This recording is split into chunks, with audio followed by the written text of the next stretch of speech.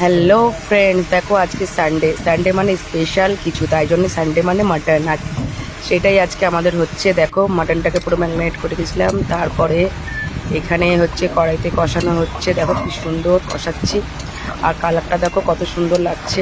Mutton মানেই তো কষাতে হবে ভালো করে। আর দেখো একটু হালকা হালকা তেল ছাড়ছে, সেটাই দেখাচ্ছি তোমাদেরকে। আমার গলাটা অনেক খারাপ হয়েছে, কি বলবো। তো আর হচ্ছে দেখো তেলটা হালকা হালকা ছাড়ছে, আর তারপরে আমি তোমাদেরকে একটু দেখালাম। দেখো, আর আমি নাড়ছি। অনেক টাইম লাগে মটন বানাতে গেলে, সময় দিয়ে বানাতে হয়। আর আমার তো মটন খেতে খুব ভালো লাগে, আমি খুব ভালোবাসি মটন খেতে। তো সেটাই। আর তারপরে কষানোর পর দেখো প্রেশার কুকারে দিয়ে দিয়েছি একটু সিটি ইয়ে করার জন্য, যাতে ভালো করে একটু মাংসটা সিদ্ধ হয়।